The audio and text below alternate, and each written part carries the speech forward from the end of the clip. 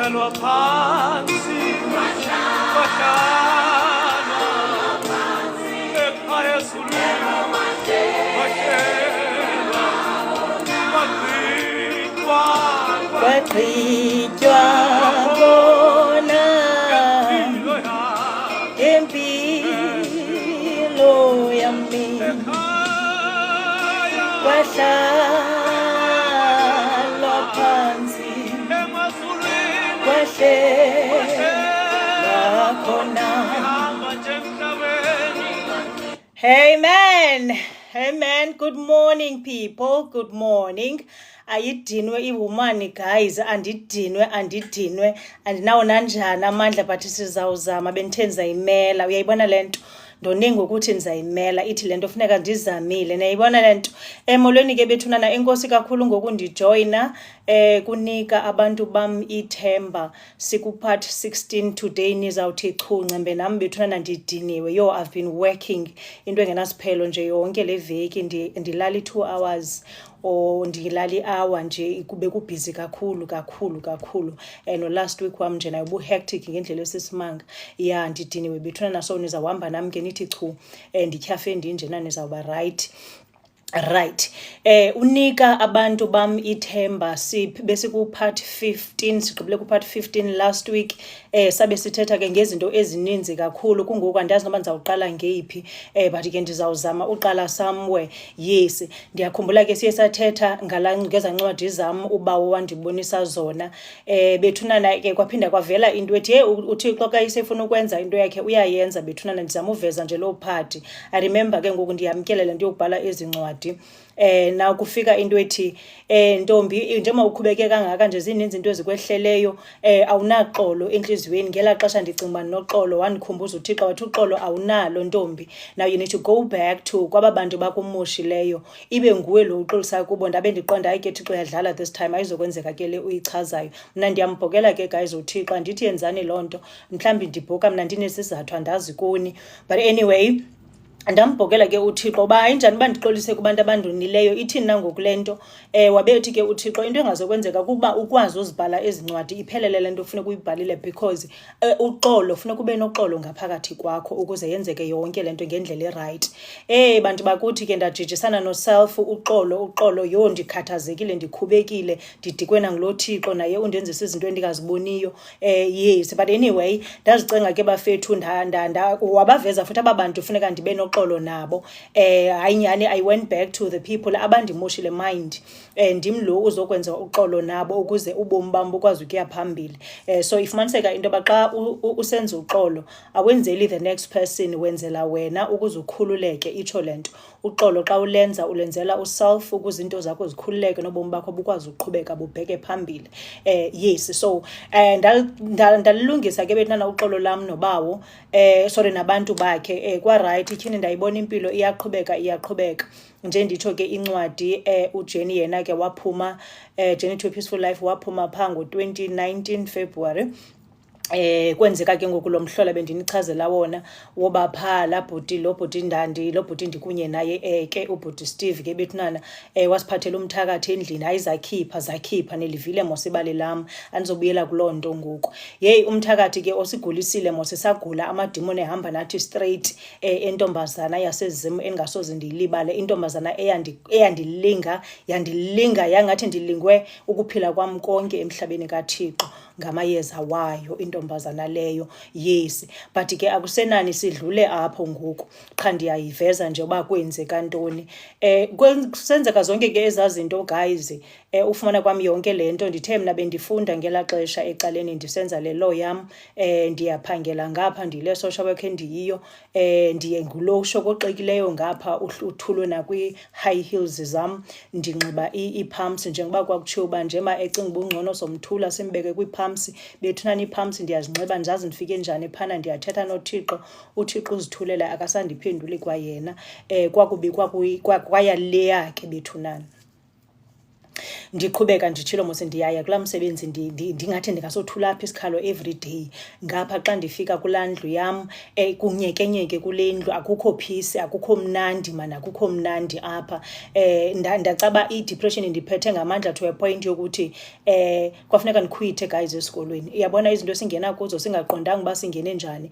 Ndakhwitha guys isikolo ebendiye kuso ndisithanda, ndiye kuso uThixo endinika into yoba ntombi uzawuphinda ufunde, ubufundile mos wena ngoku wawungakwazi nokhumsha. Ndithi ngoku wawuleqa amatikiti phana e-train station ukuba mawukwazi ukhwela itrain ukwazi ungena endleleni. Ngoku umbuzo wam, Thixo ke ngoku ndizenza zonke ezi zinto, ndiyazama ukuzenza izinto zifuna kum, yintoni ngoku kuzawufuneka mna ndincame isikolo? Kwanyanzeleka guys ndisincame because ndandingenawo amandla lo. Uyabona xa uyivula incwadi ukhamise phambi kwayo akungeni nix entlokweni, intloko iblank intloko. Yes, akho nto ingenayo guys. Ndithe kusenza njalo mind ke ngoku bendizifundisa mos mna nditshilo ba bendizifundisa ngemali yam. Mna ndingulo ebefunda unyaka wonke, ndibhatale nje i-registration, ndiyolinda ibonus yam yakwa-social development bethuna ebiphuma ngoDisemba ke. So mna abanye abantu behappy njengodisemba beyidla imali yabo beyi-enjoya, eyam ihamba iya kwi-fees iya nakwezomntanam. So bendiphila loo mpilo. Now ngoku kuthathwa esi songa sam ndisisebenzela nzima ngala madimoni walaa ntombazana nobugqirha bakhe abayindiphathele ezanabo kwam ke nobut Stephen wandiphathela bona ubugqirha endlini. Ndiya-understanda ke it was not i-part of iplan yakhe ukuba asiphathele igqirha endlini lasezim. Andifuna ukuyishiya le ndawo elasezim, ndiphumile ke ngokwela kwaZulu ndiphethe lasezim at that time. Landibetha mntanam ndahlala phantsi igqirha lasezim, landibetha ndazincama incwadi, ndazincama. Ndiyacinga xa ndiyakhumbula xa ndandifika endlini yam kwakuba ngathi futhi ngathi ndingakhala, mind yilaa ndlu le ndandithe kuThixo ndayidimanda, ndathi wena Thixo ndifuna le indlu, andiyifuni enye and awuzondinika enye, ndifuna le, ndayifumana indlu. Ngoku ndizonda kwale ndlu guys ndihlala kuyo, akusekho peace, yindlu engena peace lena. Mna ndingumntu wepeace ke, ndiyalithanda uxolo, ndiyayithanda indawo enepeace. Kwakungasekho peace ke guys kulaa ndlu yam. Indlu yam ngoku ndandine-curtains ezigrey. Ungena kwam nje eromini ndifuna uzivala ndizivale kuthi mba kube mnyama, ndifune kube mnyama guys. I-depression imenyawa va. Yes, nala medication yakhona ubugela uphinde kwanyanzeleka phinda ndibuyele ndiyotya la medication lena ndiyilahlele eDurban. uThixo wandikhupha kula depression ndabuqhuba ubomi bam without i-medication, ngoba kaloku thina sikhule phana entsinzisweni sixelelwa into yoba ngemivumbo eyafunyanwa nguYesu thina siphilisiwe. Kwakungakusekho kuphiliswa ngoku, ziyakhipha qha. Ndinixelela ngabantu basemhlabeni, abafazi, amantombi, indlela abangcole nabathakatha ngayo. Gayizini, yekani ukusithakatha. Yekani ukusithakatha. Umuntu ofuna indoda makathathe indoda ayiqhube ahambe nayo, aphume entombini, aphume emfazini womntu. Niyasilimaza guys bafazi, nikhohlakele, ningcolile. Phumani kulo mkhuba. Hoyani indoda le umuntu ebezikhethele yona, lawo nto beniyenza phaa esitratweni. Nizosiyeka thina siqhubeke nobomi bethu. Ndiyanicela ke namhlanje, enza ke ndizama uthetha nice kancinci nje, ndiza ke ndibe nice. Ndiyanicela, andisenzeli mna ke ngoku, sendenzela nabanye enibafaka kule ngxaki bafazi. Mantombazana, yokukhohlakala kwenu xa nifuna amadoda niwasebenzisela amayeza. Ningoneli ke uba nisebenzisela amadoda wenu amayeza, nibethe the woman ehlala nale ndoda uba okanye ngumfazi lona, nifuna kuthweni na? Nikhohlakele, ningcolile nina. Ndizawuphuma kule topic because ndiyaziva uba ndizawuphinda nditshiseleke ibunzi. Manikhawuleze niphume kuyo. Yes, bethunana ke kwaba butyobo ke kwam ke ngenxa yentombazana leyo yayize namayeza kwi-relationship yam noStephen. Yathi suka apho into yangapheleli kuthi sobabini. Ndithe mos kumuncu kule ndlu, sasingabantu ngoku abalwa oko kule ndlu, kuyaliwa kuyaxhwithwana sana. What life is this? Mna ndiyithanda ilife yokulwa. But ngoku ndandizibona ndiyinto ehleli nje ndingathi ndingamvuthulula ngamanqindi okanye gayizini izinto esingena kuzo. I remember this this one day ke guys, caba before ndifike kuloo nto phaa ngo-2018 yela xesha mose ndinethileyo ndinethwe zezetshomi ndinethwe zezomfundisi bekukuninzi okundinethileyo endleleni yam. So ngala 20 zii-hijacking ngapha zii-gunpoint zii-house rope zintoni house ntontoni break-ins kwakukuninzi guys. So ndithi uba ndiphelile kahle ndiflat ngelaa xesha. So into endiyenzileyo ndandingasabuseli ke butywala ndandibuyekile ndazibuyisela back kuThixo ndazilahlela nje kwakhona kuThixo wandihoya kuThixo njengoba nditsho kwaze waphuma incwadi ezi out of loo nto obukuhlupheka ndandinako. Masidlule apho. So ngoku kwenzeka le nto yalo bhoti niyambona uba ii-tricks ke ngoku zakasathana ufuna undidistroya kuphela inyangam. Into endiyenzileyo ke ngoku mna xa kwenzeka le nto lo siphithiphithi phaa kwam salamayeza asezim into endiyenzileyo ndandidla ngodikwa mose kule ndlu ndiqonda uba I cannot stay kule ndlu ndihambe guys ndiyozipholela ndihambe sasihlala ePlumstead ke guys phana eCape Town. So ndihambe ndiyozikhangelela i-restaurant ezaba nepub kanje ndihlalele phana ndedwa ndithi mna ndimayindi uhlala ndedwa ndikumayindi uhamba ndedwa into endiyiqheleyo ayindihluphi nganix. Ndiyozihlalela phana kanti ndiziselele ubutshwala bam ndizipholele phana iphole ingqondo yam kancinci ndibuyela ke ngokule ndlu futhi imudi ngathi ndifuneka ndibuye ndingene ebhedini ndilale okungcono ndingabe ndimjonga lo bhoti. Ngokuba kaloku kuyaliwa kule ndlu kunochuku ndiyagula lo chuku mna guys. Ndathi ndisajonge leyo le nto ayi-affecti thina kuphela i-affecta nomntana wam uMusa ke my one and only child bethunana lo wayeleqwa gqithi ke zizinto ezimdaka esakhula benelivile ibali lakhe yena kuqala. uMusa ke ngoku naye ngapha uyahlupha. uMusa uqala ukuthanda istrato uyahamba uMusa esikolweni angabuya athathe ixesha lakhe. Kwakukuninzi guys kwakukuninzi sathi sisajonge leyo uMusa ndiyabizwa esikolweni sakhe kuthiwa mandifike uMusa wenza ezibukwayo nasesikolweni. Hayini bethunana ndifike njani mna kwezi zinto akunamsebenzi. Efika ke ngoku uMusa esenza izinto zenzayo esikolweni umntana right nje esikolweni guys. Kuthiwa ngoku lo mntana lona uzawuthathwa asiwe kwi-social workers. Mind umama ke social worker nanku umntana ke ngoku usuka kwi-social workers because uMusa ke naye as much as I believe into yoba waba affected kwakukuninzi man guys. I-impact eyenzeka kulaa mntana yilaa relationship ngelaa xesha iphihlikayo phaa kuphihliphihli. Mind ke ngoku umama ke yi-social worker ngoku umntana mfuneka afunelwe i-social workers esikolweni. Guys niyaziva izinto esizibona sithi go through kuzo ngenxa yomjolo ngenxa yemitshato ngenxa yabantu abathe bazijolela ke basiphathela amagqorha endlini. Umntanam ke wayiloo nto ngoku kuthiwa uzawusuka kwi-social workers. What the sendonqena nolibiza niyandiva uba ndithini. Ndonqena uTikTok andibhene ngoba ndiyathukisa ndisendizivile uba ndinento enintsi ethukisayo mvanje. Abefundisi abakhona bethunana sebeyazi bayawundixolela mna ndizawuthetha le kufuneka ndiyithethile ndiyeke kufuneka ndingayithethi. So ndibizwe ezikolweni ke ngoku umntana kufuneka asiwe kwi-social workers. Umntana uchazile akukho mnandi endlini kunjena kunjeya. Ndim phofu nam ndiyi-social worker on top of that. Niyaziva izinto esingena kuzo. So bafazi ndisathetha nani kwakhona, mantombi ndisathetha nani kwakhona. Idamage eniyenza emizini yabantu ngamayeza wenu. Nenza idamage nikhubaza abantwana bethu kuye le ngenxa yobubhanqa boba umuntu efuna indoda qha. Ndisatsho kuni thatha indoda ushiye umfazi nabantwana bakhe niqhubeke nenze loo nonsense yenu nisiyeke thina siziqhubekele nobomi bethu. Because kaloku zange sizalwe namadoda funeka niyi-understande le nto. Umntu wayeze yedwa emhlabeni zange aze nandoda tu. Right. Saphumelela ke guys kuloo nto akho ndibitheni. Siye saphumelela ke. Moya ingcwele. uMusa wabangathi uyazamazama uyeba ngcono kule nto yakhe yokungamameli esikoleni. So ndahamba ke kwafuneka imind isidima sami funeka ndiyozichaza uba zikhipstani phaa kwam phambi kwetitshala ndiyi-social worker on top of that olo hlazo. But ke kwafuneka uhlazo lam ndiyolixoxa akho ndibitheni. Here I am ke ngoku I was having conversations ezithile with uMusa trying to understand his position ngobu butyobo benzeka apha kwam. I remember bethunana moya ingcwele.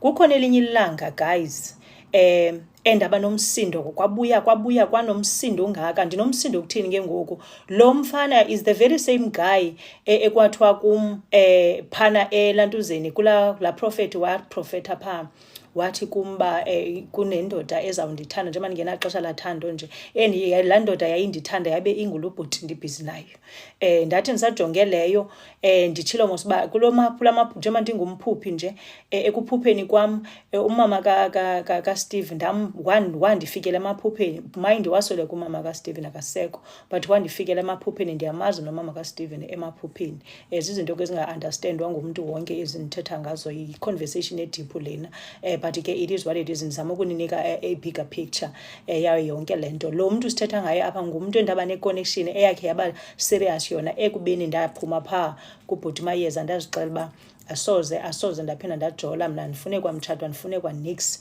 yes ndizawuzihlalela nje ndiziphilele impilo yam ndiqhubeke nobomi bam akho nto ibitheni wandiconvinsa ubhuti ke uba he is the one nam ndasemathandweni kwamnandi kwayaleya ngoku ndibethwa kanye ngulo mntu bendinethemba lakhe lo ndiye ndancama konke ndazibuyisela back ezintweni zemijolo nkosi yam lo mntu sithetha ngaye is the same person ondikhulisele umntana ndinichazele mos mna uba andikho good apha kwezi zinto matshe uba ndiyi-social worker ndithe mna ngoku ndandikhula ndandingenakwanto endidibanisa noba ndizawuba nomntana so ndibe ndixakeka uba ndizamkhulisa lo mntana kanjani ndizayithini yonke le nto because ngelaa xesha wayesekhona utatakhe yayiyi-responsibility yakhe ukuthi take care of umntana lo bethe uyamfuna wayenza sure ke shem uyazenza ii-duties zakhe zomntana wakhe naku ke ngoku akusekhona loo mtshato waphela ngoku uzawuthwani so naku ke ngoku lo bhuti naye windiconvinsileyo apha uba le nto kuthiwa ungumntu ongutata and kwenze konke andifuna ukumxoka kwenze konke nkosi yam andazi ke noba kwakufuneka ndiqiniswe endleleni okanye kwakufuneka kufika umtyholi ecaleni ke ngoku ndabe ndizixela uba ndithe mna mos ndinalaa background yam uba ndiyayibona isebenzi I'm gone negama lam mna ndizohlalela loo nonsense but ke ngoku here I am apha kuyahlaleka ndithi xa ndithi ndiyahlala kufika ezi zinto ziyabuya one by one uzothini ngalo mama wayekuvelele emaphupheni uzothini ngalaa Thixo ngelaa xesha kwakuprofet waphaa kuthiwa nantsi le ndoda uzawuthini ke ngoku ngoba is the same person okukhulisele umntana ndinomntana omdala nje andizikhuliselanga guys laa mntana ukhuliswe nguStephen laa mntana so ngoku zibuya zonke ke zinto one by one ndivele ndiqonde uba hayi Thixo ndiyalingwa serious ngoku masidluleni ke guys ke kwizinto ezised sibuyeni ke sizawuthetha ngezinto ezimnandi so kwaqala ke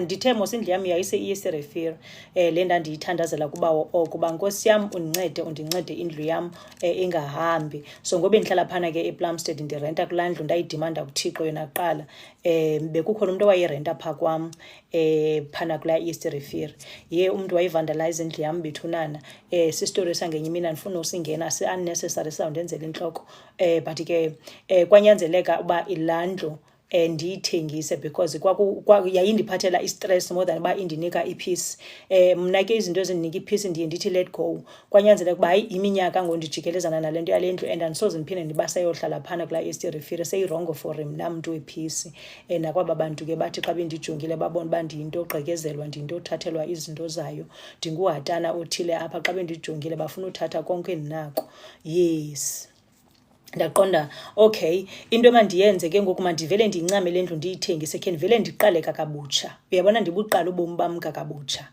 so I sold my house ke guys e-Iyesireferi ndaqalisa ndakhangela indawo yokuhlala and ke ngoku ndingulona mos owaye-traumatized andifuna uyibona indawo engekho secured funeka ndikhule ndingayifuna uyibona iflat ndisithi soze ndihlale eflatini because umcimbi weflat nee-rules mna ndizithanda ii-rules guys I want to live my life in peace ngendlela eyenza sense kum ngakhona ngoku uzohlala ecomplexini eflatini ube ulawulwa so yenza into ethile so bendingazithandi ke ezo zinto mna but ke ngoku imeko endandiphantsi kwayo itrauma endiyenzelwe ngulaa tsotsi mfundisi itrauma yakhe nabantu bakhe neegani zabo ndandirongo kwakusekunyanzelekile into yoba mandenze sure uba ndifuna i-complex esecured ngubani ungenayo user uthi yeah ke can stories be the same hey user nawe unestori esithile esifana nesi sam sisikusemhlabeni apha andazi noba ungusisi noba ungubhuti yondixolela because ubhalwe user awubhalwanga igama lakho. Sana kusemhlabeni apha, ziyabuya emhlabeni, ziyabuya apha, mamelani ke. Ndazincama ke eflatini leyo ndibe ndiqonda wow flat. Ndacheka ke imizi sasintanda ke bethunana no Steve sobabini sikhangela ke lo mzi sihambe simane siyoviwisha ke neyalazibale xa ukhangela indawo ohlala. Kwaba khona ke iflat esaze sayithanda phana eParklands. Hayi ke nda-aplayela leya flat guyzini. Phofu ke ndithatha ama-chance isalary yakwa social development ayitshongo khona for i-social workers, imali engekho leya. How I wish social development anganyusa imali anike i-social workers imali because i-social workers benana zisebenza nzima, ziyafukuza on a daily basis, ziphathwa zizistress unnecessary. Bethunana i-social workers guys, we are going through the most. Uthuthu xa kwezezakho iingxaki ngapha ubuxa kwezi ingxaki zabantu and zikuthi nca iingxaki zabantu. Ndithe kuni xa bendithetha nani last week onontlalontle siba onontlalontle social workers zixakwe na indlela le yokunxiba because alikho ixesha lokuzihoya. Baxakekiswa ziingxaki zabantu baze bajike bafane neengxaki zabantu kwalapha esiqwini ubone uba challenge le. Yes, so kunjalo ke guys. So I so wish social development or any as organizations zisebenza nge-social workers bangakhe banyuse imali banike abantu babo abasebenza nzima imali guys. Yes, so when I was looking at my salary ndabe ndiqonda uba as Pope ayincinci salary. Ndithe mose kuni last week mna ndandinamatyala kulaa nto yandihlela phana kula Durban njalo ezaa stories zam, ndasala ndibolile ngamatyala. Ndingulo mos mna wayesiya kwi-ATM guys, niyalikhumbula ibali lam ndiyogaca phaa ngo-5 to 12 uba ndisakhumbula, ndigace phaa ndilinde imali yam, salary yam xa ingena bese ndikhawuleza ndiyidrowa kwenze uba intoni le nto i-debit orders zingayitsali. Ezanamhlanje ke i-debit orders zisengqondweni sana, ithi ingena zibe ziyinqakula. I don't think isenzeka loo nto uba uyogaca uyogaca kwi-ATM ulinde imali yakho ngo-12 o'clock. I don't think isekontweni njalo, ithi ingena ibithathwa mfana. But anyway, so again ke ngoku into endihleleyo ndiphinde ndangena ematyaleni. Nkosi yam gazini amatyala asiphumi kuwo. So ndandiyothatha i-chance ke ngoku ndiya kule flat ndiyoyiviwisha. I-amount yayo iphezulu for le salary yalo mntu ndim. Mna ke ngoku ndithe kuni ndiyakholwa mos na and ndikholwa ingathi andinangqondo apha upstairs. Xa sendikholwa ibambi bafethu apha. Ndahamba ke igayizini ndaya mna ndayo ukholo bafethu. Uthi uThixo phaa emazwini wakhe singathi kwintaba funquleka uphose kolwandle. Intaba ingasuka iphoseke olwandle qha abuye athi iproblem yabantu bam abanakholo, ukholo lwabo luncinci lungaka. So mna ke ndingomnye wabantu abanokholo, ndingangabi nazo zonke izinto but ndiyakholwa. Hayi ndiyakholwa bafethu.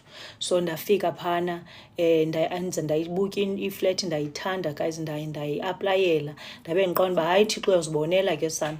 Andiyazi le salary lena ingacacanga uba izawuthina into yayo, Thixo uyawuzibonela. Ndafaka i-application yam ngokholo lwam, yemka i-application guyzini, yabuya ke i-application isithi mna lo Mercy Makwelo ndifumene iflat eyayidura kunene kwisalary yase-social development. Ndinixelela ngoThixo ke ngoku mna othanda uba abantu bakhe bakholelwe kuye uba ezi zinto zinako ukwenzeka. Yes, so ngeli xesha ke ngoku i-lease agreement yam ngela xesha with iflat phana ePlumstead njengoba bendihlala khona, bendifanele uba ndiyahlala phana. I think kwakusasele into ephana uthini ulisika uphakamisa izandla uthi awu haleluya mfana, haleluya sure. Ndithi ke into yenzekileyo ke guyzini ndabe i-lease agreement yam phana ndihlala khona yayingekaphelelwa. Niyaqonda uba ndingulo wayefike ndinestori esikhulu esingaka, kunyanzelekileyo uba ndi-accepte ndimotivate ndithini. Ngoku ikwandim obuyayo uthi bethunana ndiyaphuma ke ngoku, andizoyilinda le nto yenu yoba kuze kuphele ezi nyanga ndizoba ndibe ndihleli apha. Funeka ndihambile, ndinomzi mna ngoku, ndinomzi sana. Right. Kwacaba ke kuyanikwa negotiations zitsho left and right. Yaqala kwabe kuthiwa ke ngoku iyaqala iCovid 2020 ke guys lo sithetha ngayo. 2020 iyaqala iCovid sabe sinikwe nedate uba iCountry ke izabe ivalile akuhanjwa kuthiwani zonke ezazinto zazisenzeka ngela xesha. So ndabe ndibachazela ke uba le country ivalwe ndilapha kulomzweni simple means ndizawuhlala apha mina ke ngizayiafoda kanjani imizi emibini ndisezawuxakwa ngulaa mzi ndiya kuwo. Yes, but ke shem they were very nice bandi-understanda istory sam ukuthi andizokwazi ubhatala imizi emibini bayayibona mos nale salary yam bayicacanga. Yeah, so bandiyeka ke ndamka ke so sathutha ke nigayizini sayotshona ke eParklands. Safika ke eParklands sanomzi wethu oqhafuqhafu ke khona kwamnandi wawuqhafuqhafu wesilona ke usePlumstead but ke into yoba uvuyela uba usihleli emzini oqhafuqhafu urenta sesingabi nangqondo naleyo. Xa usezingqondweni uyuthenga umzi gayizini thengani imizi xa ukwazi uafoda xa ungakwazi uafoda it's okay. Parklands in Cape Town uthi lusike ewe lusike phana eCape Town eParklands umzi wami uphana khona ndawuthenga laa mzi ndamuva la kuwo ngo-2020 ngale kwabe namngengomso iCountry valwa abanye yalikhumbula ibali le-lockdown. Yes, ngumzi wami ke lowo upha. Ndaphumla ke ngoku guys kustressini sokuba ndiyoyika ndizawugqekezelwa ndiyoyika kuzawufika banjani njani because ikwi-complex as much as bandingazaye ndithande i-complex but kwanyanzeleka ndiyithande. Ndinixelela ngentlungu amaphara nabantu abangalunganga ezintliziyweni zabo ubuhlungu abasiphilisa bona emhlabeni kaThixo nee-decisions ekufuneka sizithathile singazange sicinga uba sazithatha ngenxa yokuphatheka kakubi ngabantu bakuthi nezinto ezibuhlungu abasenza zona. Gayizini phezani niyalibulala ilizwe lakaThixo umhlaba kaThixo niyawubulala nabantu bakaThixo bayaphela guys. Nini nezitori zenu enifuna ukusebenza kwabanye abantu sibe thina sivuke ekuseni sibethe u5 to 5 or whatever xesha ongalicinga sisebenza ubusuku nemini singalali kanti sisebenzela amaphara nabefundisi otsotsi bafike bazithathele bona apha kuthi phumani kulomkhuba phumani siyekeni sisebenze imali yethu nzima siyitye imali yethu in peace ningasiphazamisi. Yeah. Yavalwa ke guys iCountry ke ngengomso akho ndibitheni.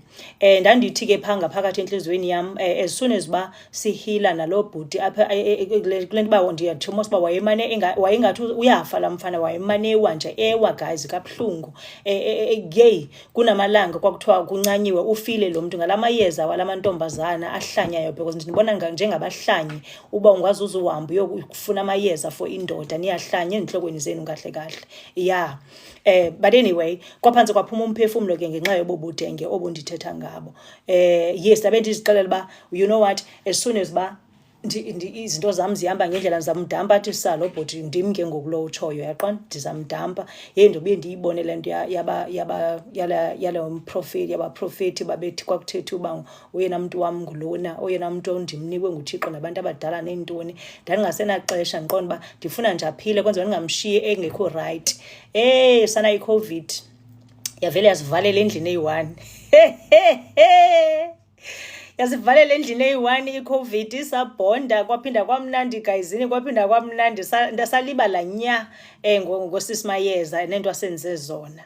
Yes relationship yaphinda yapopa guys kwaphinda kwakuhle kwa-right because lokho sivalelene sonke silapha endlini nomntanethu ke ongumusa bethunana usehlala sonke at that time saphinda saqala phansi sayibuilda i-relationship. So iCovid guys as much as bakwakubuhlungu abantu besifa kusenzeka izinto but elami ibali ngeCovid labuyisa ke uthando pha kwam lasibuildela lamzi wawusowuphihlika ngenxa kasisimayeza.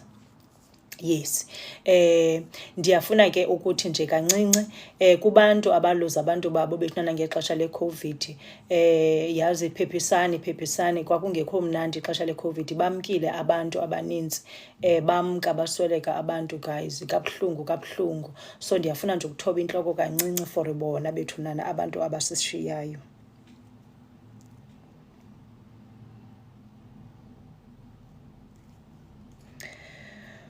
Okay. Right. Masidluleni ke ngoku kungobani ngoku? Okay, so njengoba ndithi igele ibibroke ndileya gele mos ndiphinde ndababroke kodwa uthixo ndenzela inceba ityala amaxinwa ndangazi uba ndiphinde ndabuyela kanjani ematyaleni. Yeyi ndaphinda ndazibona ndisetyaleni guys. So kuyacaca ke uba umntu lo apha emhlabeni ityala eli uhle sonyuka ehamba nalo. Ya into endiyenzileyo ke ngoku mna into endiyenzileyo ndifuna ukusela amanzi. Ndibambekile kancinci, ndidiniwe bafethu, ndidiniwe qha ndizothetha nana ayikho into endizoyenza. So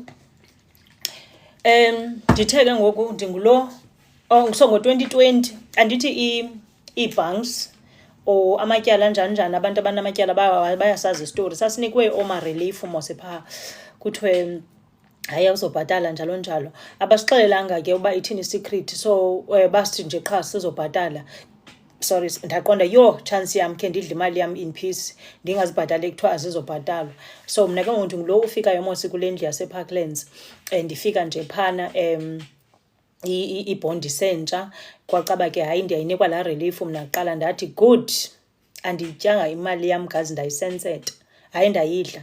Ndandenza sure uba ifriji yam ayinaso nespace sokuphefumla. Ndiyazi laa nto ukuyi-enjoy imali yakho in peace. So I was doing that ke guys. Kanti kune-catch, wafika u-2021. Xa ifika u-2021 niyabona mos iCOVID ibisaqhuba uba niyakhumbula kakuhle ngo-2021. Kuthe xa kufika elaa xesha le-COVID ngoku zabhoka ii-banks. Nanku umntu ehleka beautiful. Uhleka ntoni beautiful? Utheni uhleka beautiful?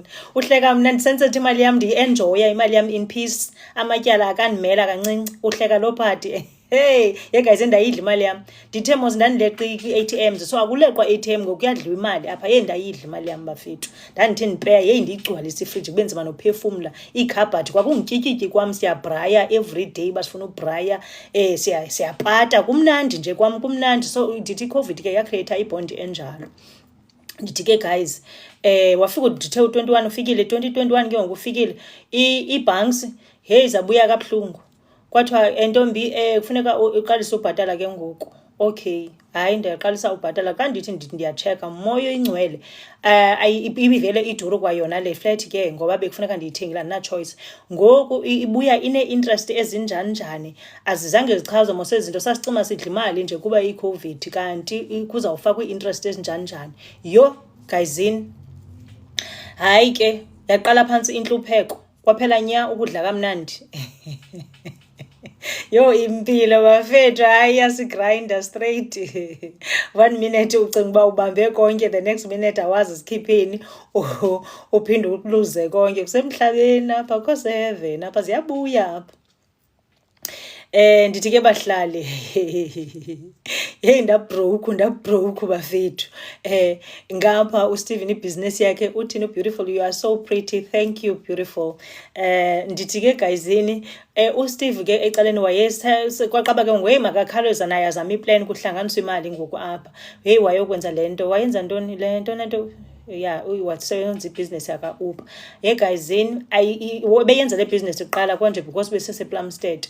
Yayisenza imali, kwakusenzeka imali ngelo xesha.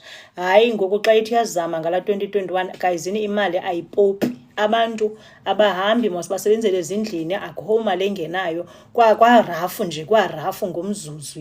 Impilo guys, nemali namatyala. Hayi ke sadada etyaleni mfanam, sadada. Yabona siyaswima ke ngoku etyaleni emva kwelinye. Hayi sadada etyaleni, sure kusempilweni kusemhlabeni yaba nditshilo kuni. Zahamba kakubi izinto zanjalo. Ngo-2022 sasurvive ke wethu lo hlobo nje, sidada nje etyaleni akho nto linye emva kwelinye. Ngapha ndisebenza le eMitchells Plain, mind driving ya from where is this place, esuka eParklands ebheka eMitchells Plain. Kukude kanjani, into ephana ku-almost i-hour mos leyana. So funeka ube ready nepetrol yakho. Iphele ipetrol guys, ndikrwempe intloko, ndikrwempe intloko.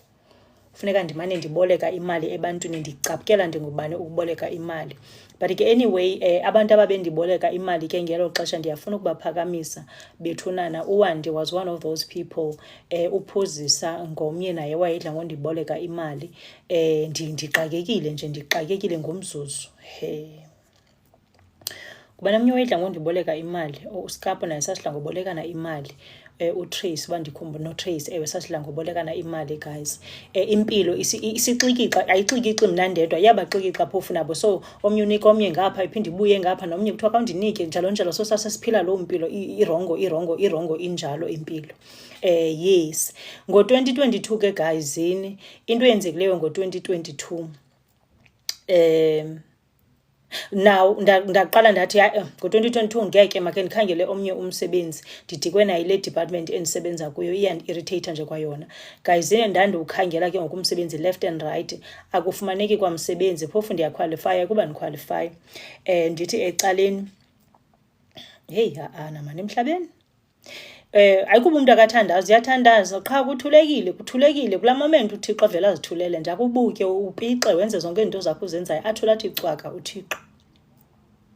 Ndakhumbula kwenye inyanga ndakhe nda-aplaya guys, nda-aplaya kunoba indawo eziyi-40 yonke, umuntu one-experience engaka ngale yam, zange ndafumana kwa umsebenzi. Ndancama ndathatha ibreak, ndahlala phantsi. Akukho nto right ke guys. Kukho ndibona uPhumza, sendikhumbula wasekhaya uPhumza Jale naye wayekhona ke kuloo malanga guys.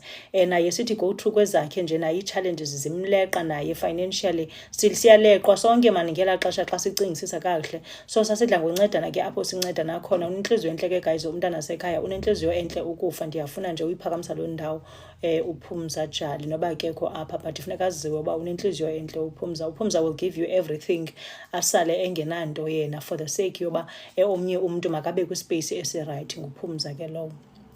Mamelani ke guys. Ndathi ngelinye ilanga ndisalele ke pha, ndithe mna mos ndinezi zinto zam zokuphupha, ndibona izinto emaphupheni. Ndithe ngelinye ilanga ndiyaphupha ke ngoku apha ndiphuphe kusithiwa kum funeka ndiyokwenza umsebenzi. Ndathi hayi Thixo, yimisebenzi yokwenzani ngoku lena? Ndandithe mos ndicela ekhaya ndicelelwe ndikhutshwe kwezi zinto zemisebenzi. Nako ke ngoku iyandivelela iza kum straight, kuzawuthiwani ke ngoku? Ndinixelela ngempilo, kuthiwani ke ngoku? Because iphutshwa ndim, iba ndizayixelwa ngomnye umntu bendingazomva noba uthini, ndim lo kuziwe kum direct uba funeka ndenze umsebenzi phana ekhaya. Izinto zam zivalelekile, zizawuthi ke ngoba zivuleleke funeka ndiyokwenza umsebenzi ekhaya. Niyakhumbula mos ibali lam uba ndithe ndikhule ndisindisiwe, ndingenzi masiko ekhaya, ndikhule kungenziwa amasiko. Ngoku mna kutheni la masiko eleqa mna? Kuzawuthiwani ke ngoku? Impilo ikuqalise into ongazaziyo ebudaleni. Hayi ndalilwa iphupha, ndalilwa. Kwacaba hayi ayizolunga, mandizincame. Xa ndithi ke ndiyazincama kweli phupha uba funeka ndiyokwenza le nto kuthiwa mandiyenze because ize kum direct. Akho ba ngoku ndizawuthi hayi uyaxoka lo mprofethi, hayi uyaxoka ubani. Yes, isitori sam ngoku size kum straight. Xa ndifowunela lo utata mandimbize ngefani yakhe, uXingashe, lo ndithe ngumfundisi waseZiyoni, lo bendithe ngumprofethi, lo bendithe wasinceda noStephen ngela xesha sasiphantsi kokufa. Sizawubulawa yintombazana yaseZim, sancedwa nguye uze siphile guys. Lo sasirefeyo kuye nguPhozisa Mtya.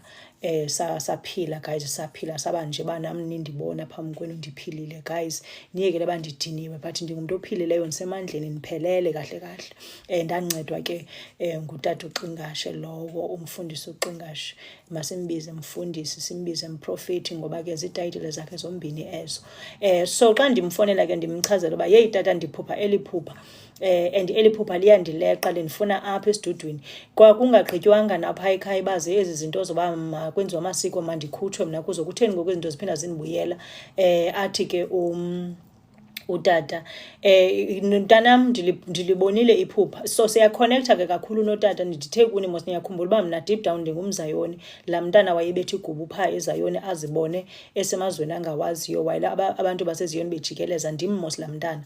Yes, so utata ke ngoku siyikhonektha kakhulu because ungumZiyoni, ndingumZiyoni ke deep down. Niyekele uba ke ndazikhethela icala lensindiso. Yes, because ke yayicawe kamama, yayingeyocawe yam, ndazikhethele yam nam.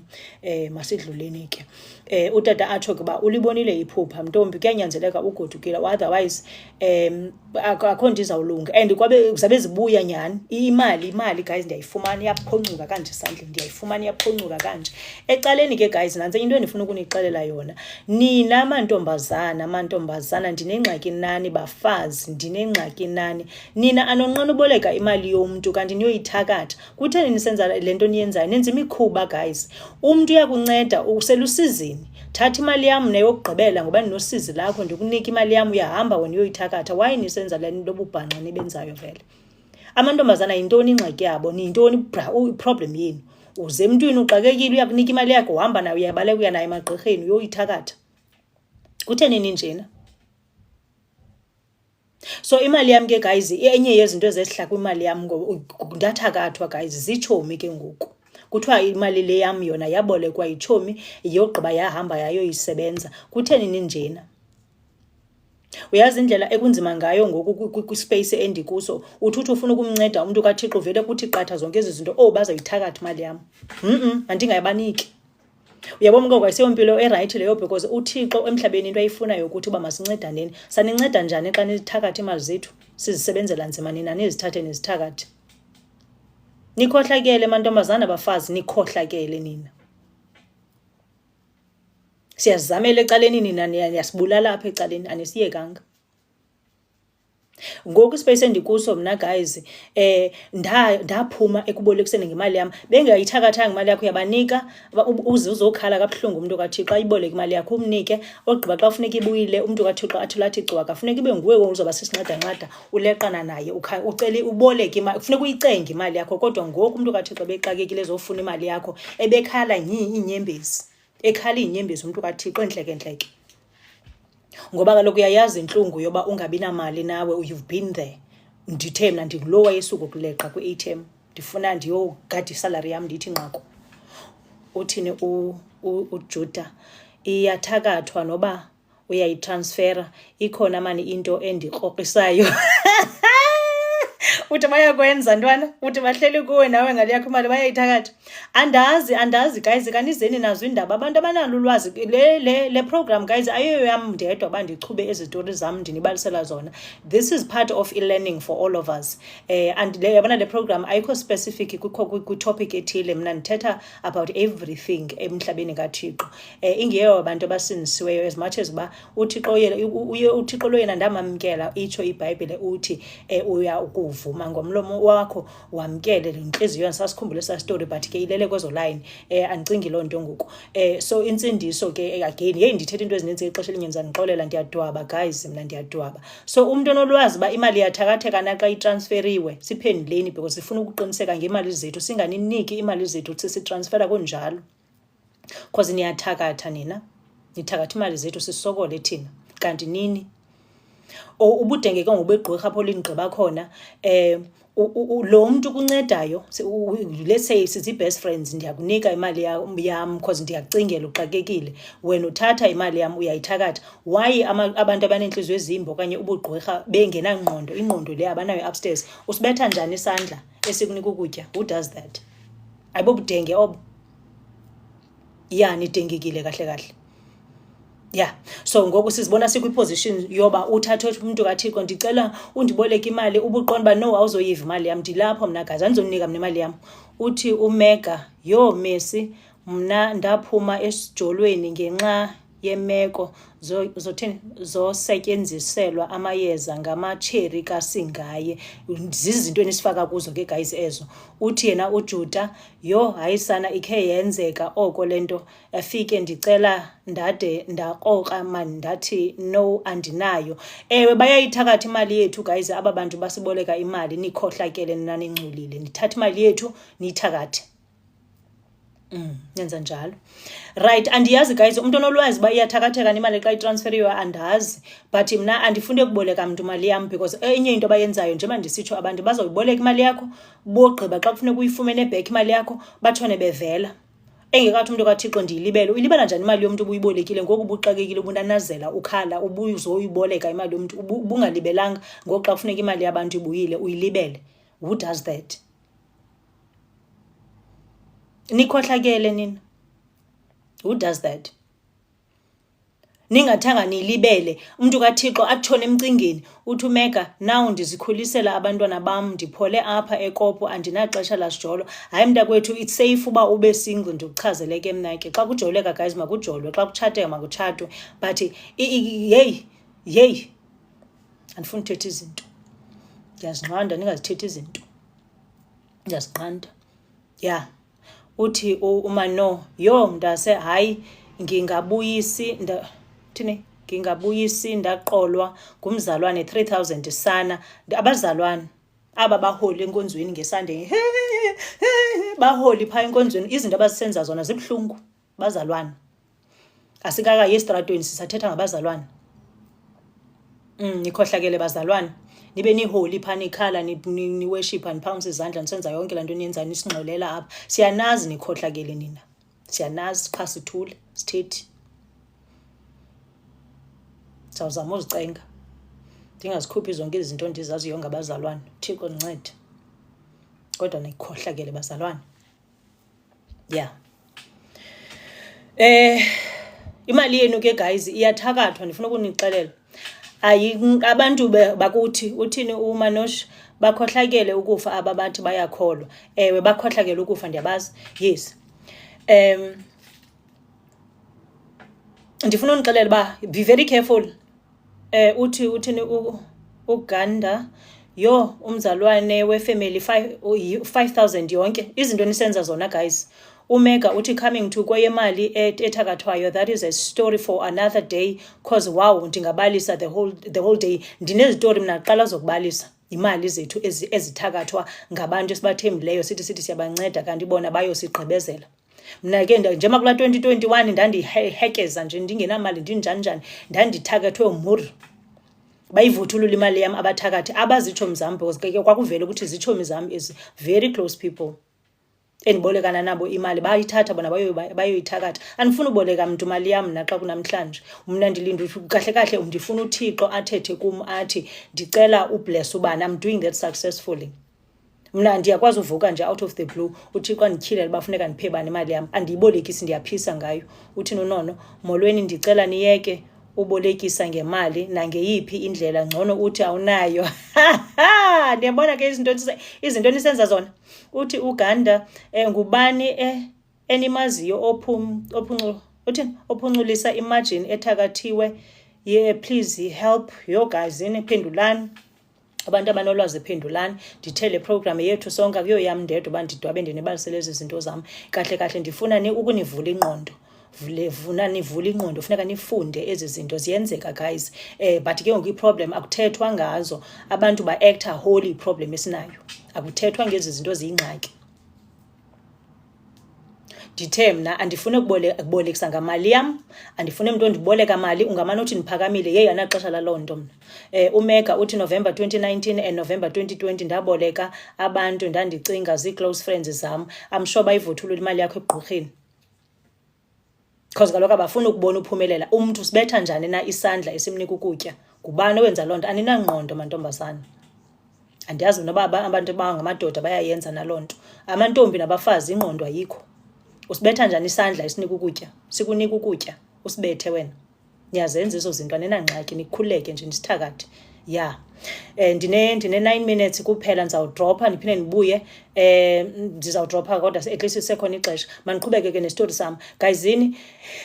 Kule nto kuthiwa ke ngoku into zam zivaliwe, imali yam yathakathwa, ibanjiwe apha ibanjwe khona nguloo mntu ke ndamboleka imali yam. Yes, abasithi ke siyababoleka imali kuba sicima siyanceda, bahambe bayoyithakatha okanye ubaboleka imali angayibuyisi umntu kaThixo, ajike abe enemy yakho ngokukhawuleza, akuzonde umntu kaThixo, ekonyanyela imali yakho, phofu ubuluncedo ngelaa xesha ebexakekile. Baninzi ke guys, xa kungathiwa ndinganinika ilist naye abantu abahleli nemali yam baphole kule yokucinga, yo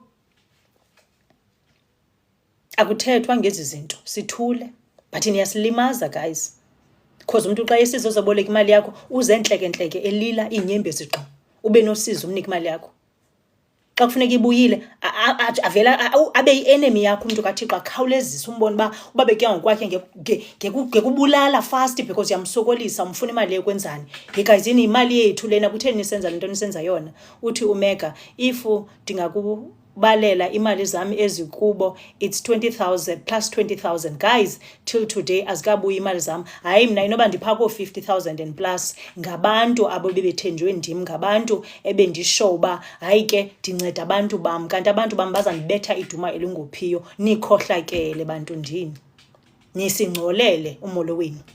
Nogqiba niphinde ke uniyothetha kakubi ngathi xa singaniniki imali yethu. Niyayenza loo nto, nanihleni sonyuka nithetha kakubi ngathi hayi ukhohlakele unemali akasiniki imali. Asininiki ngamabomi imali yethu. Sometimes we do have money but we don't want to give you imali yethu because niyayithakatha, niyayithakatha imali yethu. Okanye ningayithakathanga niyajika nibe zii-enemies zethu. Ndinee-enemies guys le ndawo ndihleli kuyo ngabantu abagcina imali yam babeze bekhala ngokuba beyiboleka. Ndiyazi le topic iyandibilisa, ndiyaziva uba ndiyabila because kunabantu abangathethi nam namhlanje abajamileyo bayandijamela, bayandibhlokha, abanye bahambe bethetha kakubi ngam ngishwa nje kuba ndabolekisa ngemali yam. Sanundiboleka imali mna guys, andisanuyiboleka imali yam. UThixo mna undinike i-gift yokuthi ngoku I must decide into yoba ndivuka mna ndiyazi uba kufuneka ndinike ndiblese bani xa kwenze njani. Abanye ndihambe ndiyobakhangela ndingathethi nothetha nabo. UThixo athi uzomkhangela uzamblesa. I do that successfully. Uthi uMega but ndabanikela kuThixo. The sad part bandenza ndakhohlakala, andisancedi kwamntu. Ndikhohlakele mna kuqala eMega siyafana, ndikhohlakele kwindawo endikuyo mna nje. Uthethe umntu ndiboleka imali yam bendiqoma ndidikwe finish already, sendidikiwe. Bikubeke ngoku umntu esengxakini nyhani and engazofana nalo mntu obumnike imali yakho kuqala. Sorry, wemka nemali yakho. Uthi ubani umano at Mega Diva Nana ngwandiyo same ke sana loo nto ndizamela nzima ndizithengela uthini emgaqweni. Guys niyazibona intlungu enizenza abantu, nisiphilisa kabuhlungu guys. Nitheni nisenza kanjena? Nisiphilisa kabuhlungu nina. Nogqiba nithethe ngathi kakubi. Ndiyatsho apha ke ngoku kulo live mna sanuyiboleka imali yam. Andifuni ukubolekisa ngemali yam because andifune enemies as unnecessary in my life. Ndidile nento eninzi ndigqithe emhlabeni mna ngenxa yomntu because izinto endingene kuzo azoyenxa yenja kungenxa yomntu. Nizidine enemies namhlanje ndingazazi uba ndifike njani ekubeni nee-enemies ngenxa yemali yam endibolekise ngayo. Ndicima ndiyanceda kanti ndiyozifaka engxakini. Uthi uGanda ndilimele ndikuva ngevumba usaqala uboleka ndithi yiyeke suqhubeka ndiyenzi loo nto.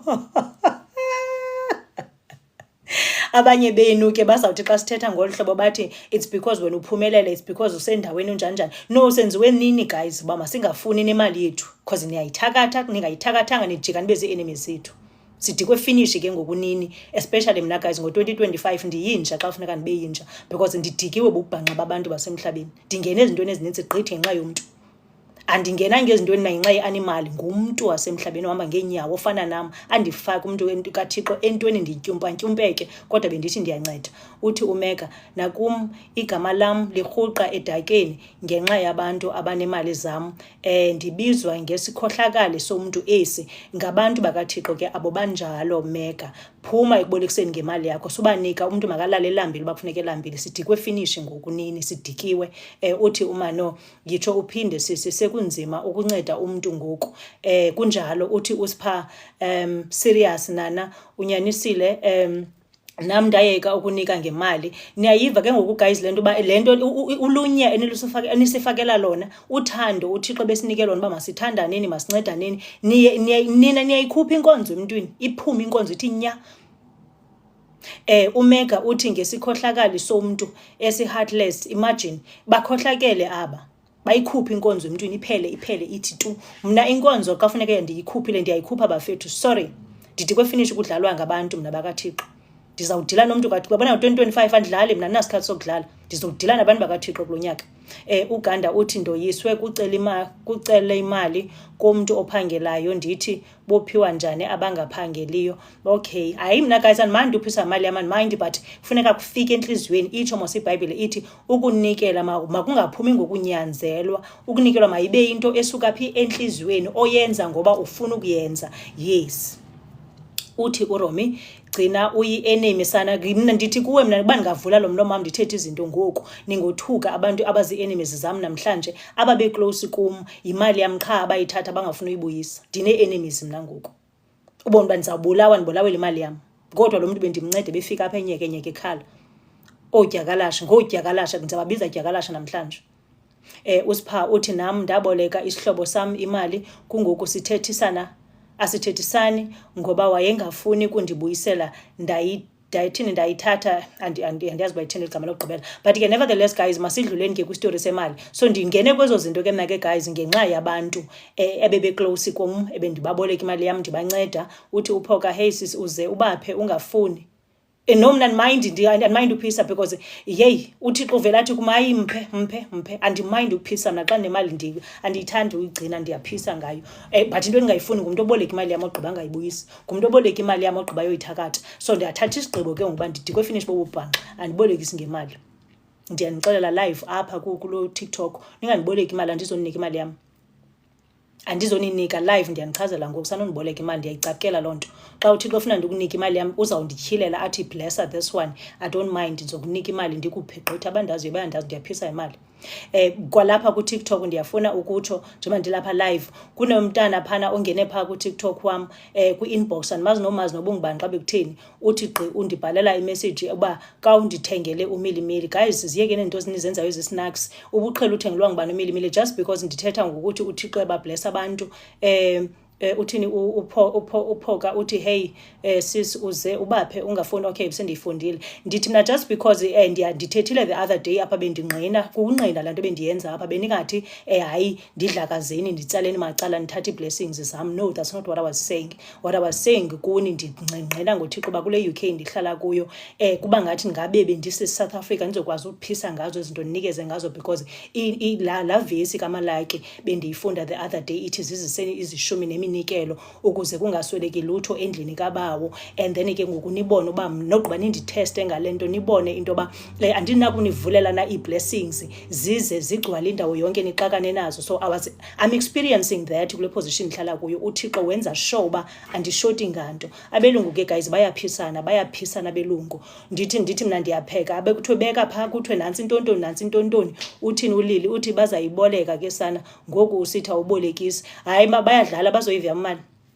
Andisekho nice mna, ndinice umzuzwana but andisekho too nice njengalaa thonqo ndandinguye back then. Bazoyiboleka ndingabaniki qha period.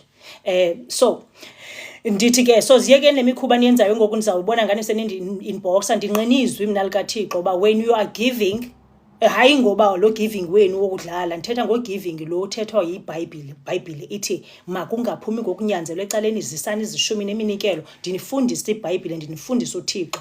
Umega uthi I guess nam uThixo uyandisebenzisa ngoku kuye kufike into ethi kum nika umntu imali. Yes, kufuneka siphile kwelo xesha apho uThixo akufikelayo uba do this do that. Hayi ngoba nina nisinyanzela nifuna imali zethu ngenkani, ngoba siyaphangela, ngoba nisibona sibahle siqhaqhazela niqonda uba ndizamncuva athi salona. Nikhohlakele nini, anonqena uba ziincuvist. Nimncuva umntu kaThixo uze kuphela ububele buthi nya. Ndizobuyani ke guys, ndiyadropha ngoku, ndiyabuya just now ndigqibezela uba kwenzeka ntoni kwelaphupha, kwenzeka ntoni kule zinto zemali, uze ke ngoku ndathatha esi sigqibo. Bazondigqibezela ke ngoku sendilapha e-UK, ndizosithatha apha esi sigqibo guys kule UK. Umega uthi like a total stranger, like randomly, yinto eqala last year. So mna ke guys apha kule UK ndifike kuyo, kulapha azovulwa khona amehlo wam. Njengoba ndindedwa nje kweli lizwe, uThixo into azityhilayo apha zinkulu kakhulu. Ixesha elinzi xa ndinotisa tyhini Thixo bendikhe ndasisibhanqa, yazi uba sisibhanqa uzicapukela uba hey these people bandisebenzisile man and I was so stupid, what happened to me? But ke xa uvalekile amehlo engekavuleki guys, siyasetyenzwa ngabantu abaclose kuthi. Ndizawubuya ke ngoku just now ndinibalisele uba elaphupha kwandala lifike kum, kwafuneka ndigoduke ndiyolenza. Utata waliconfirma lo iguide yam. Ndagqiba bayondigqibezela phaa ekhaya, family yam ke ngoku leyo bandenzele ezibukwayo phaa ekhaya. Andinafamily kule ndawo ndihleli kuyo, ndinefamily eziyi-3 xa ndinganibalela. He bethunani kukulo earth apha, akho seheaven apha. Ndiyadropha ndiyabuya ngoku ndinigqibezelele ibali lam ndiphume kuni.